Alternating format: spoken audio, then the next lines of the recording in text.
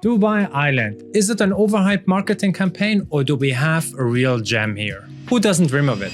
A property directly on the beach, ocean views from your living room, and this while the value keeps increasing. Impossible, you say? I went through the projects, visited the site and analyzed the data.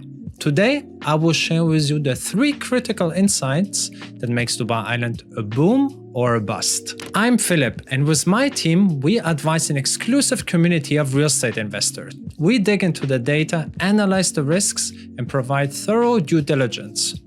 We look behind the scenes of each developer and projects so that you don't have to. First, let's talk about facts. Only 3% of Dubai residential units are actually beachfront. This scarcity has driven significant price increase over the years, but it also created a lot of expectations towards the returns. Palm Jumeirah took, for example, 7 years to be completed, and by handover we got hit by the financial crisis of 2008. Many investors took years to see the returns. On the other side, investors who were able to hold had seen their investments threefold or even quadrupled. Blue Waters Island grew by 136% in the last 5 years. But if you look closely, then you will see that those big returns only came in the last couple of years. Early investors faced 2 years of minimal movement, given COVID had its say. Overall, the historical data shows that most of the beachfront developments have met their price projections, even though the initial timeline was stretched in some case. On average, those communities outperformed the market by 2.5 times. In Dubai Islands, the prices have already jumped 25% in the last 8 months, from 1,900 to 2,400 dirhams per square foot. And when comparing to already completed communities like Amar Beachfront or Blue Waters Island, with entry prices of 4,000 dirhams, you can see what potential lies actually here. So the question isn't whether Dubai Islands will succeed, it's whether timeline and returns match the expectations.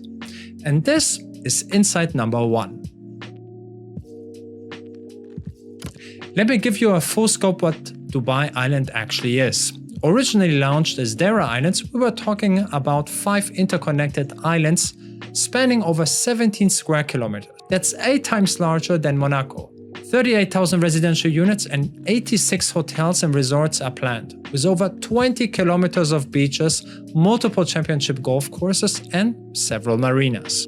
To put this in perspective, Palm Jumeirah has only 5,000 residential units across 6 square kilometers.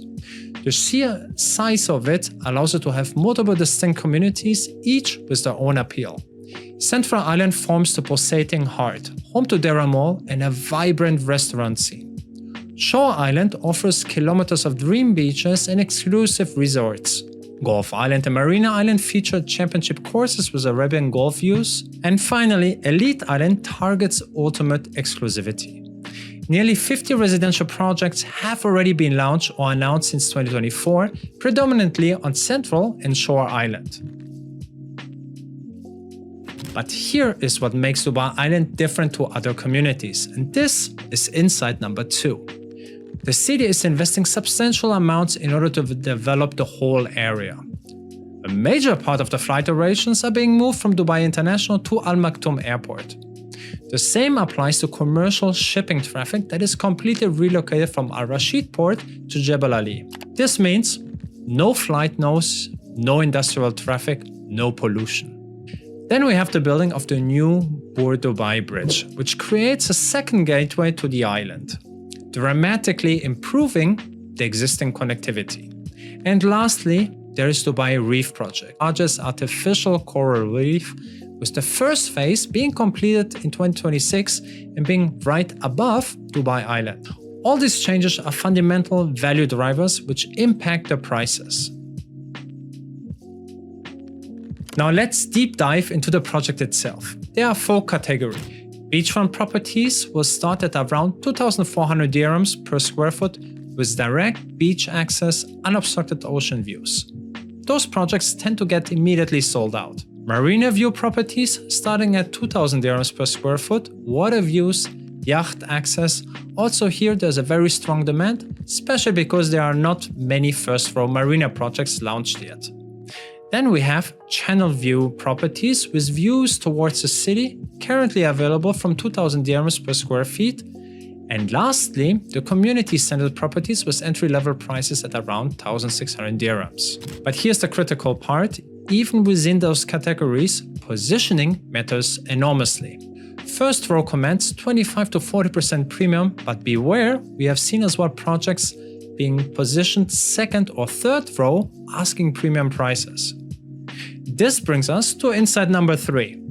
Since we have a wide array of developers and projects, we have seen some under and overvaluation. And yes, for investment purposes, location will be your primary value driver, especially in Dubai Islands. It is therefore important that we look for projects with protected views that can't be blocked by future development. We have created a price map which pinpoints every project and plot in order to be able to have a factual view. It allows us, well, to be able to forecast what might still come. Which brings us to the last point, timing. You might be thinking at the end of this video that you should invest immediately in order to profit from the early stage discounts. And yes, you want to be in the first phase, but it has to be the right project and location. Therefore, do the due diligence before. So is Dubai Island a good investment for everyone? The honest answer, it depends on your specific situation and risk tolerance. The fundamentals are solid: growing market, scarce beachfront supply, significant infrastructure investment. But the timeline is not always certain. My recommendation, if you're investing in Dubai Island, treat it as a 5 to 7 year hold, not a quick flip. Diversify across multiple units or developers if possible. And most importantly, don't invest more than you can afford to have tied up for a decade.